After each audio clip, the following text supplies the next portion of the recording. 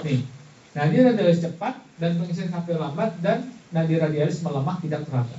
Jadi setiap kita ingin memastikan dia shock atau tidak, itu bukan dari tensinya. Kalau tensinya normal, tapi heart rate yang meningkat dan kekuatan nadi itu sudah lemah, itu sudah termasuk shock. Kenapa? Karena sebenarnya shock punya tahapan. Shock itu nggak ujuk-ujuk tensinya langsung turun, saudara-saudara. Tahap pertama, inisial. Ini adalah tahap di mana sel itu sudah mulai kekurangan oksigen seperti saya gambar tadi. Sel sudah mulai kekurangan oksigen sehingga terjadi mulai metabolisme anaerob. Metabolisme yang dijalankan tanpa proses melalui oksigen. Itu inisial. Kalau itu sudah terjadi, maka kalau metabolisme sebenarnya ketika terjadi metabolisme anaerob ini sudah ada kemungkinan dikeluarkannya laktat. Tapi kan masalahnya di fase inisial ini belum tampak secara fisik. Hanya tampak kalau kita periksa lab. Jadi nggak akan kelihatan. Oh iya, ambil.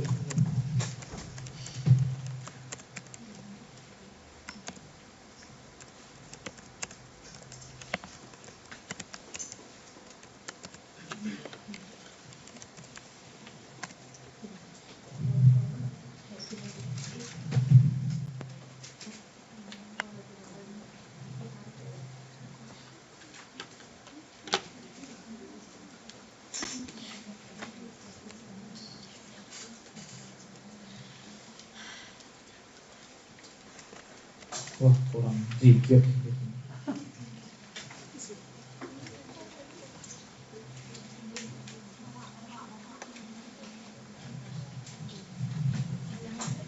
Fase kedua, tahap kedua adalah kompensasi atau tahap kompensatif. Ini yang saya gambarkan di sini. Yaitu fase di mana semua mekanisme kompensasi itu sedang terjadi pada pasien. Dan di saat itu darah sudah berkurang sebenarnya. Ya, sudah terjadi kehilangan darah, sudah terjadi kehilangan cairan. Itu terjadi. Tapi karena mekanisme kompensasi masih dilakukan dan berhasil, maka tensi aman. MAP tercapai. Itu mekanisme kompensasi. Salah satu mekanisme kompensasi ini yang saya sampaikan tadi, peningkatan heart rate.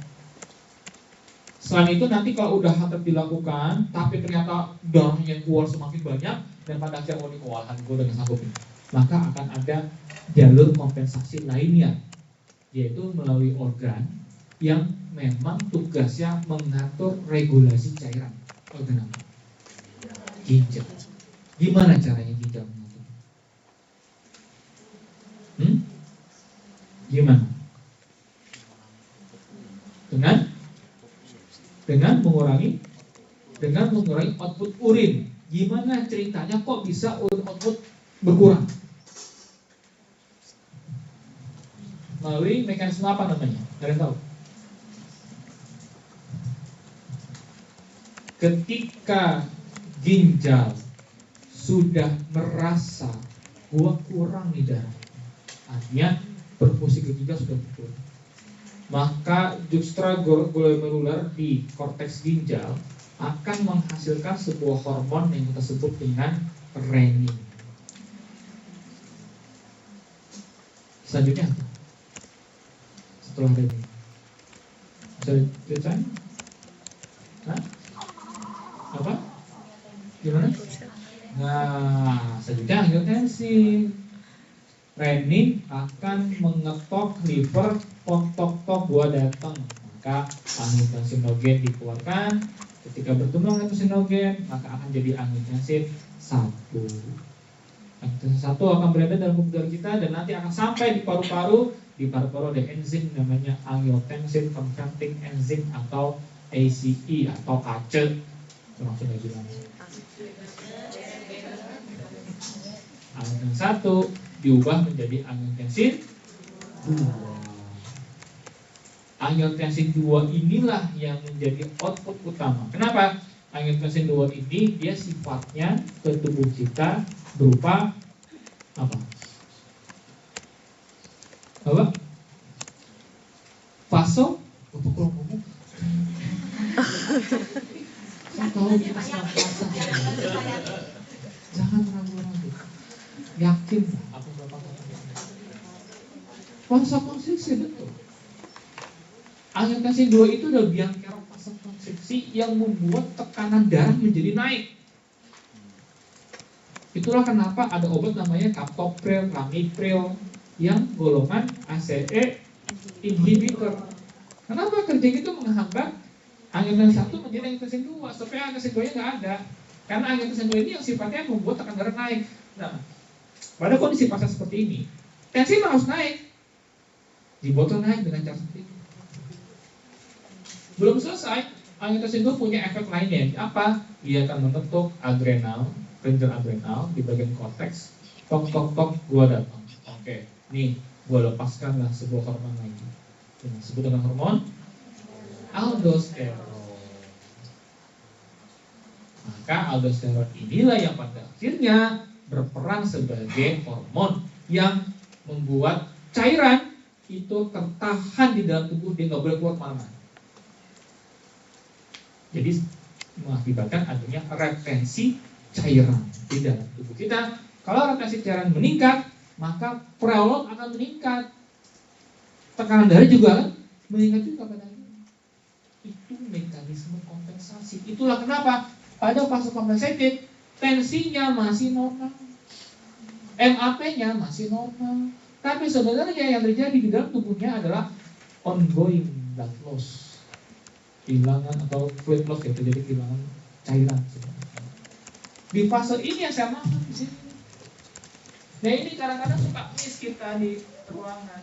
Padahal di fase ini kita sudah mulai loading. Cuma nanti pas loading target utamanya adalah bukan target MAP, tapi targetnya nadinya turun di bawah 100. Anda boleh loading gopek, masih gopek. Seringkali di ruangan shocknya udah fase dekompensatif atau bahasa lainnya progresif. Ini sudah tahap gagal kompensasi.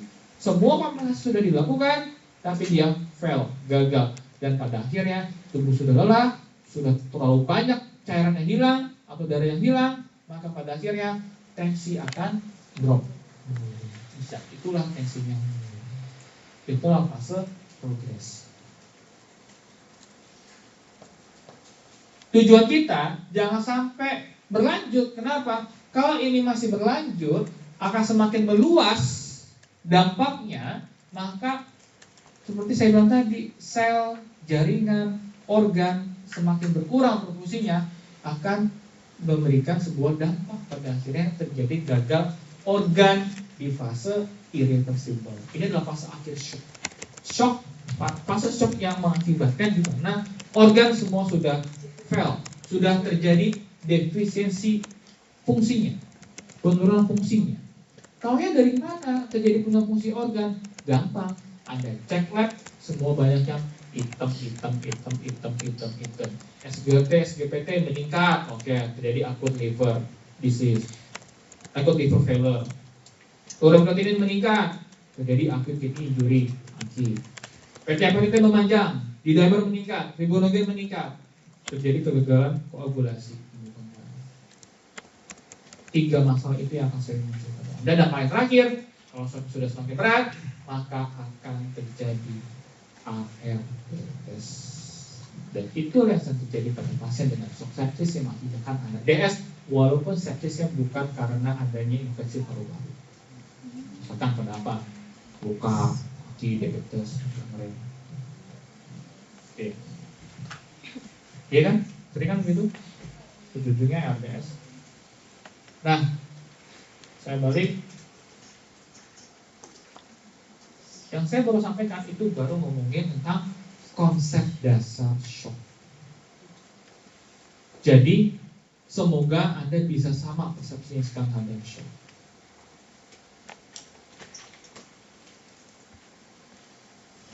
Shock hipovolemik. Ini adalah shock yang disebabkan oleh volume darah yang berkurang seperti saya bilang tadi.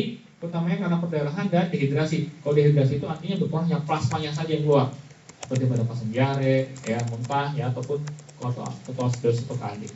Ya. Sedangkan hemoragik ini karena perdarahan ya, trauma GI bleeding contohnya. Dan ini adalah tadi seperti saya bilang ya, terjadi penurunan volume darah, terjadi penurunan aliran balik vena, terjadi penurunan stroke volume, terjadi penurunan output, sehingga terjadi penurunan perfusi jaringan. Ini prosesnya kalau terjadi perdarahan. Nah, ini adalah tanda-tanda utama pada shock hipovolemik ya. Seperti saya bilang tadi, yang paling utama adalah dua ini. Heart rate meningkat, kekuatan nadi lemah.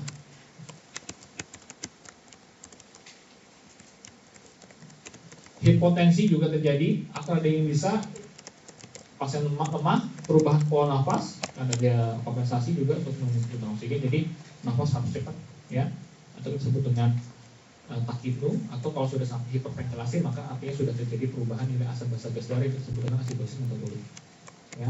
Ini menjadi pucat, ada produksi urin mundur seperti saya bilang tadi. Kalau sudah sampai ke ginjal sudah lelah dan dia akan menjadi failure. Yang muncul selanjutnya adalah acute kidney injury ataupun AKI atau gagal ginjal akut, sehingga urin output akan menurun. Yang terakhir, penurunan kesadaran.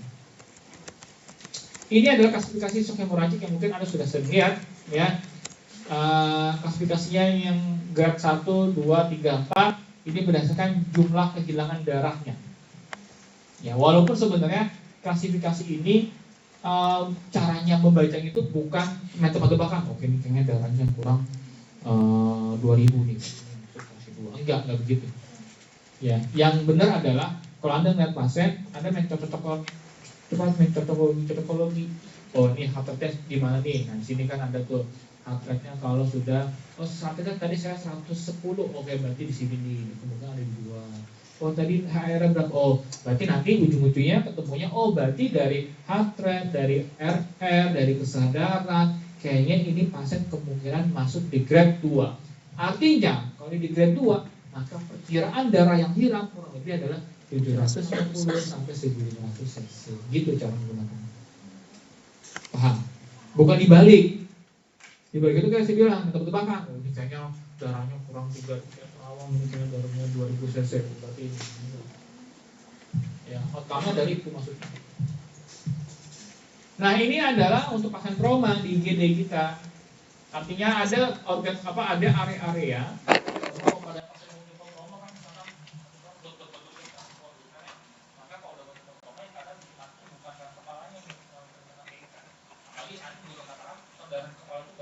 Dari kepala itu nggak ada banyak. Yang bikin kepala itu meningkat bukan perdarahan di kepala, perdarahan kepala itu sangat sedikit, cuma nggak nyampe gopek. Yang bikin meninggal karena peningkatan TK-nya untuk kepala.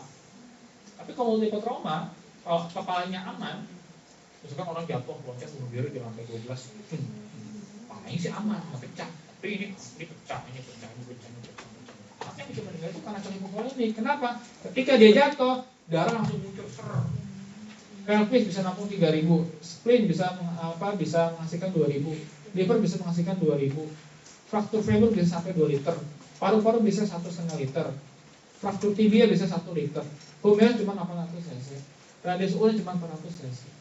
Ini estimasi darah. Jadi orang multiple trauma, kalau tinggal ada jumlahnya cuma jumlah darah ini. Ya. Makanya orang multiple trauma gampang mati karena itu ya. Oke, risk management. Pertama, tata rasanya gimana kalau shock? Sekarang adalah perhatikan sumber kehilangan cairan di mana. Kalau kita mau masuk hipovolemik, ini penyebabnya apa?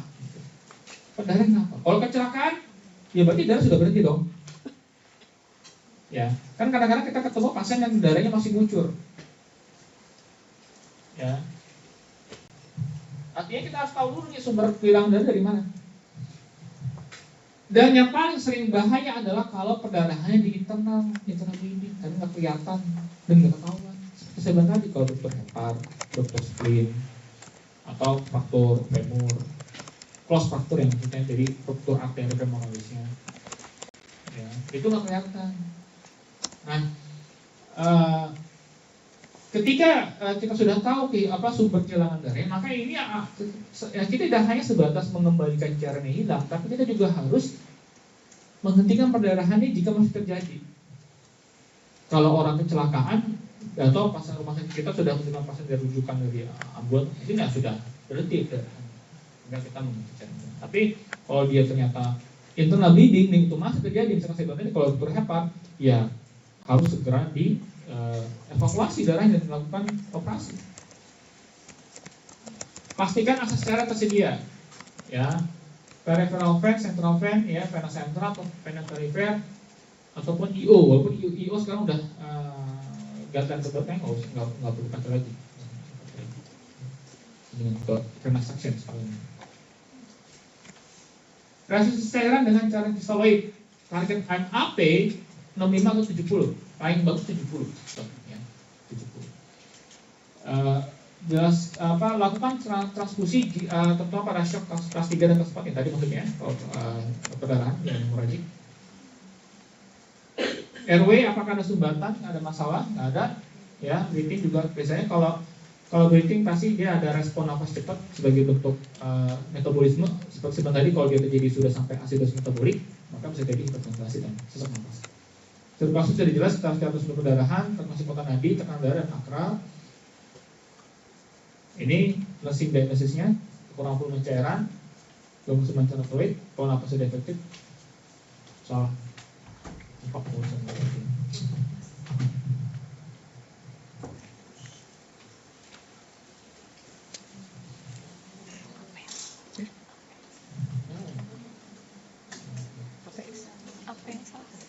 Diagnosis kalau napas efektif apa gangguan kemana?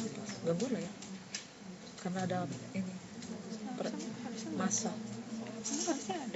ada karena kalau pasien trauma ini ya, jadi masalah kekuatannya Anda bisa angkat kekurangan volume cairan untuk hipovolemik ya, kalau nafas efektif kalau pasien sesak hebat, tapi sesaknya bukan masalah paru-paru ya.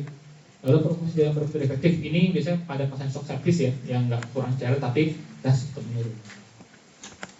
Laksana yang paling utama adalah resusitasi cairan. Oke. Pada pasien perdarahan, laksana utama adalah resusitasi cairan. Kita pertama ngasih cairan kristaloid. Ya. Contoh apa? LL. Sering.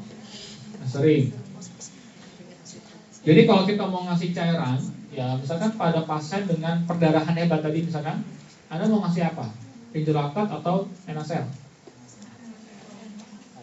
RL. Siapa yang mau RL? Sultan. Ayo tunjukkan, jangan takut.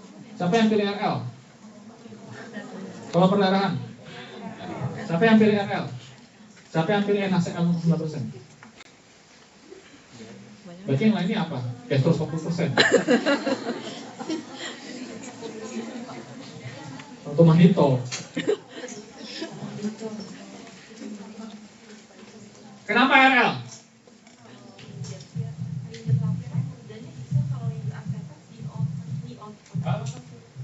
Kalau rinjolaktat itu kerjanya di sel, kalau rinjolacetat di otot.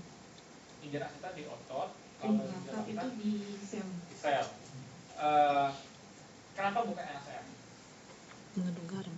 Karena tadi kalau mekanisme shock itu NaCl-nya itu bakalan keluar dari selnya. Natriumnya bakalan. Oh, yang tadi. Okay.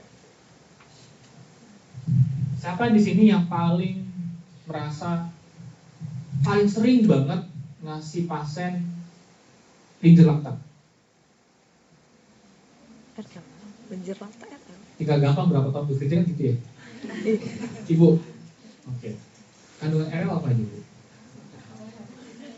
Hah? RL itu isinya apa aja?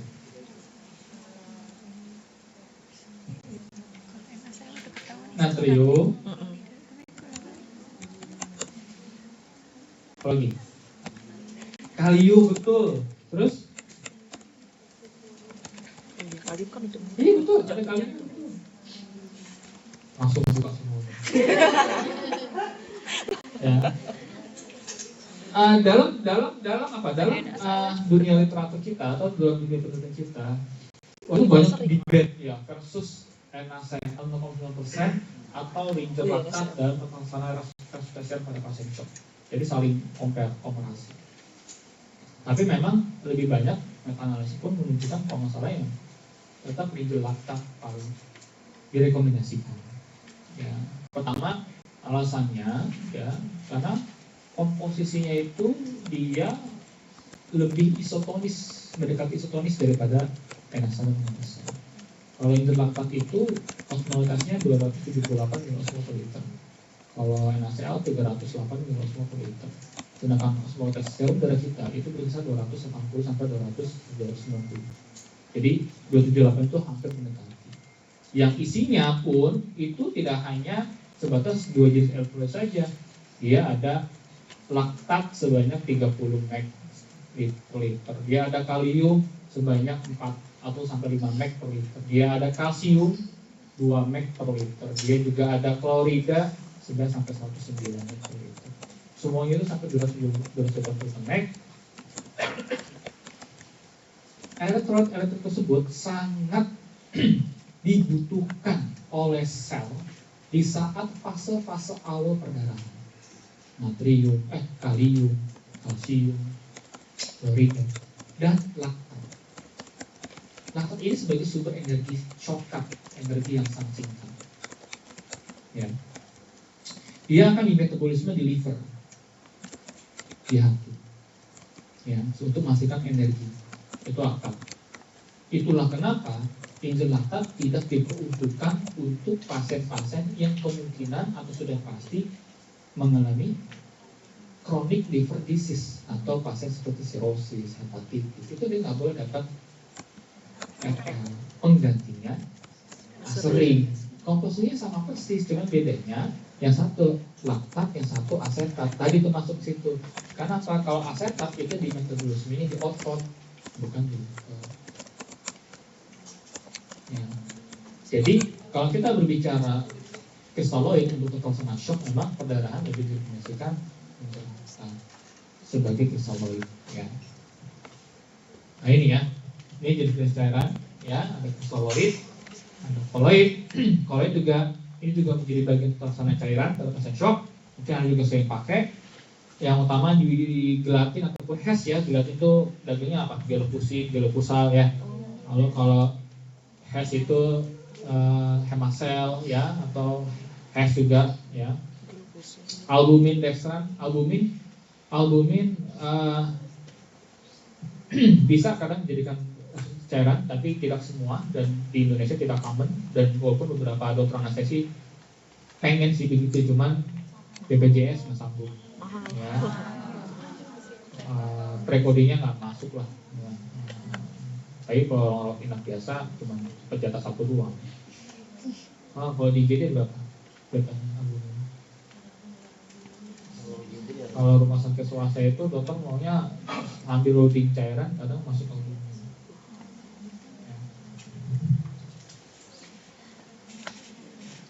Juteng-juteng. Kapan kita kasih koloid?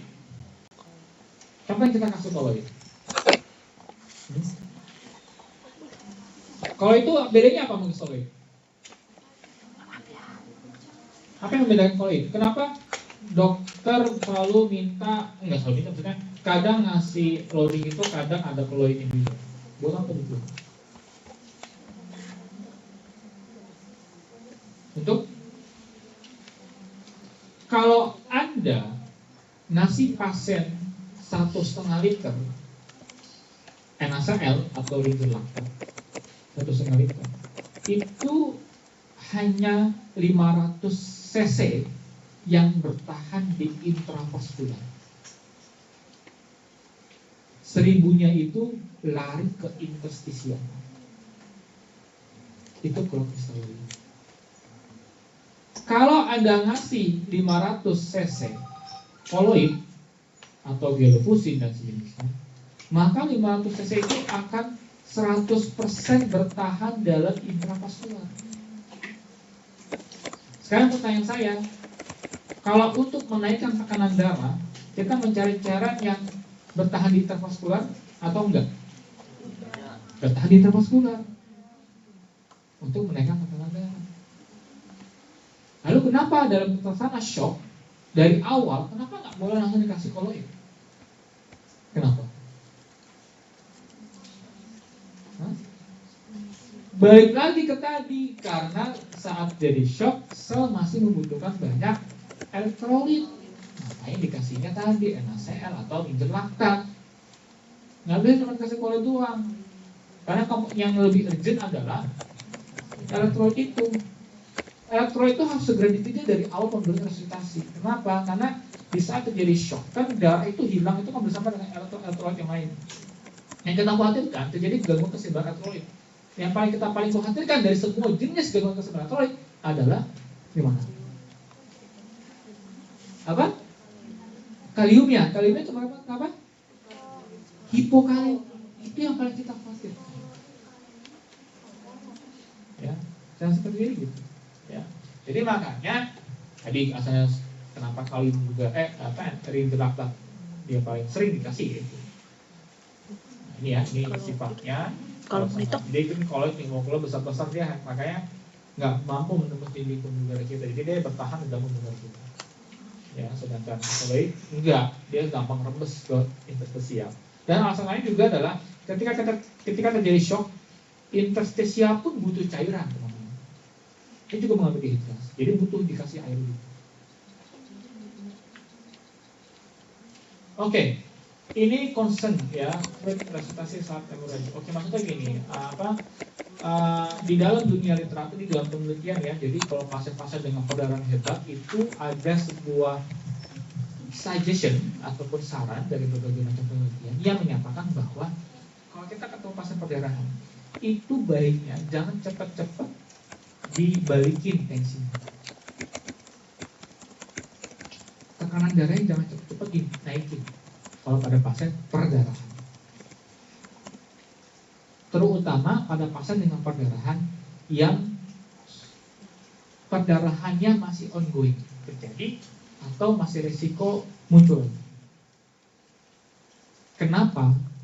Karena kalau pasien kondisinya langsung kita buru-buru tekanan darah kita normalkan dan sumber perdarahannya masih belum jelas dan ternyata masih ada, maka akan berisiko besar mengalami perdarahan kembali.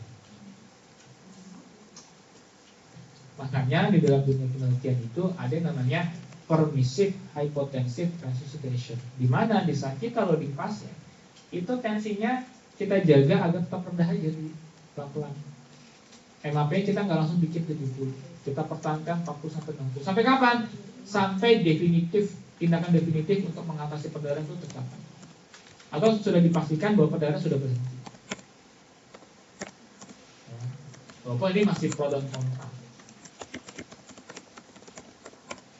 Tahapan lanjutan ya, kita berikan vasopresor. Jadi udah loading cairan, ya, kasih kesaloid, kasih koloid, ternyata nggak sampai-sampai, nggak naik-naik MAP-nya, maka kita boleh kasih vasopresor. Bisa apa aja obatnya? Norepinephrine, kita mulai dengan dosis yang minimal, misalkan 0,05 mikrogram per kilogram berat badan, ya, lalu kita kasih, atau alternatif lainnya dopamin, dobutamin, ya, kecuali pasien heart-nya masih meningkat, biasanya kita nggak perlu kasih dopamin, ya, kita nggak perlu kasih dopamin. Ya. Lalu ini apa nih? Oh, shock position, ya, kita kasih shock position, itu bagian keperawatan juga, jadi memberikan shock position. Lalu elektrolit, ya, tapi nanti kalau MAP sudah dicapai, koreksi elektrolit, ya. Nah, ini ada perbandingan jenis-jenis obat-obatan vasopresor atau vasopressin, ya. Ini yang sifatnya simptomatik, ya, ataupun seperti dobutamin, dopamin, ya, lalu sini vasodilator, ya, lalu ini vasoconstriction, ya. Nah, ini shock position, ya, seperti ini. Ini adalah protokol resusitasi cairan dari UK atau dari US. Ya, walaupun di zaman sekarang itu protokol resusitasi cairan itu nggak ada yang ajak, di rumah sakit pun nggak ada yang ajak. Pokoknya sesuai dengan perkiraan ataupun dengan kondisi pasien. Walaupun ini juga bisa jadi panduan, tapi di lapangan pun kita nggak bisa langsung menggunakan protokol tersebut, ya, sesuai dengan yang ajak. Beda kalau misalkan pada pasien dengan acidus diabetikum itu sangat rigid. 1 jam pertama 1 liter, 1,5 liter. Tapi kalau pasien dengan perdarahan itu enggak. Sangat sesuai dengan sangat tergantung dengan kondisi klinis pasien. Ya, dan yang paling utama, yang prinsipnya adalah kita boleh loading, inisial loading itu misalkan 500 cc ataupun 1 sampai 1 liter, ya, 500 sampai 1 liter, lalu segera evaluasi MAP. Kalau MAP-nya sudah tercapai, udah selesai, tinggal maintenance. Tapi kalau MAP-nya belum tercapai, nah ini baru boleh kita bermain. Kalau kita memungkinkan masih bermain baik kristaloid, kita lanjut kristaloid, kita lanjut misalkan gopek lagi. Tapi kalau nggak memungkinkan kasih kristaloid, misalkan pasti memang ada riwayat jantung atau riwayat ginjal, nanti kita langsung bermain koloid. Kalau nggak mempan juga untuk menaikkan tekanan darah setelah kita evaluasi MAP, maka kita langsung boleh bermain obat-obatan. Gitu. Jadi banyak pertimbangannya, dari usia, riwayat penyakit pasien, ya, lalu berat atau tidaknya perdarahannya, atau berat atau tidaknya kondisi klinis pasien. Itu akan sangat menentukan. Makanya tata protokolnya tidak terlalu ajak, walaupun di referensi banyak beredar. Targetnya ini MAP 70. Kenapa sih MAP harus 70 sih tanya? Kenapa nggak boleh 50? Sadar. Kenapa MAP 70? Sebenarnya MAP 70 ini tujuannya untuk apa? Kalian tahu? Tujuannya untuk apa? Untuk siapa? MAP 70 untuk siapa sebenarnya? Hah? Organ vital yang mana? Betul, organ vital. Saya minta satu organ. Hah? Jantung atau otak? Otak, ya betul, jawabannya otak. Kenapa otak? Dapat dari mana MAP 70 ini? Hah? Anda pernah dengar CPP nggak? Cerebral perfusion pressure, tekanan perfusi cerebral atau tekanan perfusi otak. Normalnya CPP itu adalah 60 sampai 80 mmHg. Otak itu bisa bekerja, harus mendapatkan tekanan darah sebesar 60 mmHg minimal supaya otak ini hidup. Ya, supaya pasokan oksigennya cukup, itu minimal 60 sampai 80 mmHg. Itu otak. CPP ini sehari-hari seperti kita sekarang itu adalah hasil dari tekanan darah kita dari MAP dikurang TIK, intracranial pressure.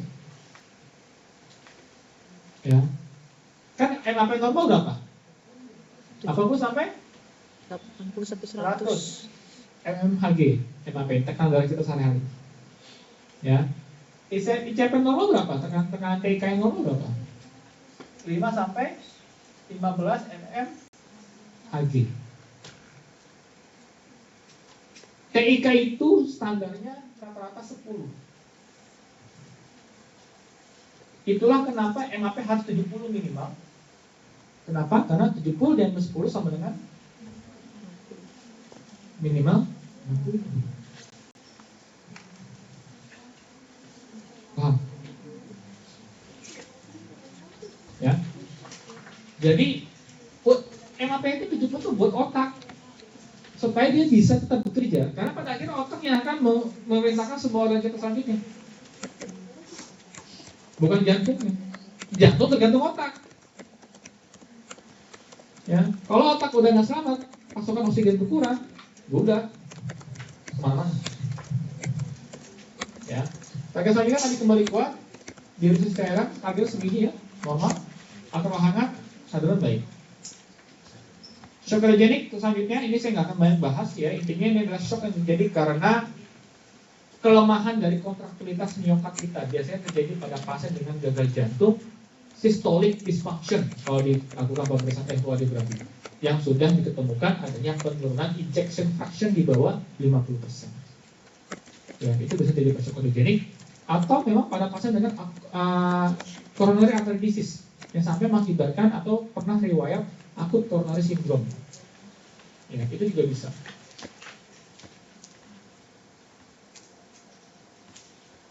Pada yang membedakan dengan shock lain ya, pada shock keratogenik itu heart rate nggak akan meningkat, dia akan cenderung bradikardi. Kalau shock sepsis, shock hipovolemik itu heart rate meningkat sebagai tanda shock. Tapi kalau kardiogenik itu enggak, bahkan cenderung bradikardi. Jadi kalau setiap ketemu pasien yang nadinya 55, 60 dan disertai dengan tensi yang turun, itu bisa jadi shock onclusion. Walaupun di dalam praktik klinis kita sehari-hari, mau di ICU ataupun di rawat, setiap kita ketemu pasien yang tiba-tiba tensinya menurun tanpa kita ketahui penyebabnya, yang harus kita pikirkan ini kira-kira karena hipovolemik atau masalah jantung. Kenapa? Karena nanti tata laksana resusitasi cairan ini kontradiktif antara dua jenis shock tersebut. Karena supragenik dia nggak boleh kasih baik-baik cairan, dia nggak boleh, dia kontradiktif. Kalau hipovolemik ya boleh. Itulah kenapa dalam praktik kita sehari-hari, baik di ICU, di rawat biasa ataupun di IGD, kalau kita ketemu pasien yang masih nggak jelas ini shocknya hipovolemik atau ada masalah jantung juga, ketika tensinya menurun, maka kita lakukan namanya fluid challenge. Pernah dengar? Fluid challenge test. Jadi di loading dulu 200 sampai 300, set, dimasukin, dilihat sistoliknya naik apa enggak, ngedorong apa enggak. Kalau sistoliknya naik, oke, berarti ini kemungkinan volume. Jadi ada boleh lanjut loading. Tapi kalau ternyata volumenya nggak naik dan ada faktor resiko lainnya, ini kemungkinan kariogenik, maka loading cairan ditahan dulu, pastikan dulu jantungnya, sementara kasih langsung obat-obatan vasopresor seperti dobutamin, dopamin atau norepinephrine 30 sambil pasiennya di ehokardiografi dan kontrol jantung. Shock sepsis ini yang paling serem. Dari semua jenis shock yang paling jelek prognosisnya adalah shock sepsis. Kenapa? Kalau shock hipovolemik, Anda kasih cairan, urin cairan, selesai masalah. Ya, karena yang masalahnya di volume. Anda tinggal balikin volume cairannya hilang. Tapi kalau shock sepsis, Anda ngasih cairan sebanyak apapun karena nggak ngaruh. Karena masalah utamanya bukan itu. Emang karena pembuluh sudah jelek, sudah melebar. Ya, ini kan akibatkan oleh bakteri, infeksi berat. Ya. Maka tata laksananya harus segera telepon PPRA, konsul PPRA, dok pasien dengan bla bla bla bla bla bla bla bla bla. Oke. Ambil kultur darah, kasih meropenem. Ya kan? Karena memang antibiotik itu menjadi harus segera diberikan. Jadi antibiotik yang kita berikan pada pasien saat kita temukan pasien shock sepsis itu bagian dari protokol. Karena kalau cairan dulu nggak mempan. Ya. Jadi mau tidak mau kita sangat bergantung dengan itu pun kalau lagi hoki, lagi beruntung, artinya apa? Lagi pas antibiotik yang diberikan oleh dokter. Ketika PPRA itu merekomendasikan satu antibiotik, ini tiket seperti meropenem, ya, itu kan ditebak-tebakan atau bahasa kerennya antibiotik apa? Empiris, bukan profilaks. Kalau profilaks itu hanya untuk pelaksanaan pre-op. Kalau ini berdasarkan klinis itu empiris. Empiris itu adalah sesuai dengan klinis pasien dan pengalaman dokter dan semuanya tergantung. Sambil nunggu hasil kultur darah. Kalau kultur darah paling cepat berapa lama? Biar-biar. 5 hari. Setelah 5 hari keluar 5 hari, maka langsung temuannya bakteri apa? Streptococcus pyogenes. Respon apa? Sensitif, positif, sensitif sama antibiotik apa saja, dan resisten terhadap antibiotik apa saja. Ternyata yang tadi dikasih resisten. Ya pantesan nggak naik itu pasien sih, apa nggak jelek pasiennya. Atau karena udah begini nggak baru langsung kultur ya kan? Begitu ya. Nah tapi kalau ternyata tebakan lagi bagus, ya berarti benar tuh proges tuh, pasiennya perbaikan tuh, cepat dia. Kalau Anda intubasi itu cepet-cepet tuh mau langsung apa SBC tuh, langsung balik tuh sebelum sampai kultur udah langsung SBC tuh udah mau ini, itu apa? Ya, karena apa? Karena ternyata analisa si PPRA ini mantap, dapat pas, sensitif juga sama meropenem itu pasien bakterinya. Tapi kadang-kadang, wah nemu nih nggak sensitif, tapi pasiennya masih hidup, ya udah diganti jadi vancomycin yang atau Pegasil yang sensitif. Ya tinggal mikir-mikir aja tuh Caspic mau ngasih apa enggak gitu kan. Udah ribet ngomongin dokter, ini juga selalu nanya cashback. Cashback gimana nih? Dokternya ini, aksesnya apa enggak? Udah PNB atau belum? Kayaknya mamanya pengalaman banget. Dia ngomongin. Ketika dokter itu memberikan antibiotik sesuai dengan hasil kultur, itu kita sebut dengan antibiotik definitif. Nah gitu. Ya. Jadi itulah mengapa kenapa sepsis itu susah tangani. Caranya begitu. Apalagi di zaman sekarang antibiotik itu nggak semua sedikit pada orang-orang masyarakat kita. Ya, banyak yang beresisten. Nah, ini nasi problemnya kalau seperti ya, pembantu jantung itu udah pasti ya. Ini kampung sepsis ya. Kalau sepsis berarti ini ya. Harusnya ada penurunan perfusi efektif harusnya. Kayaknya harus anafilaktik. Ini saya nggak membahas. Oke, sampai ada pertanyaan masuk silakan. Sebelum kita keluar.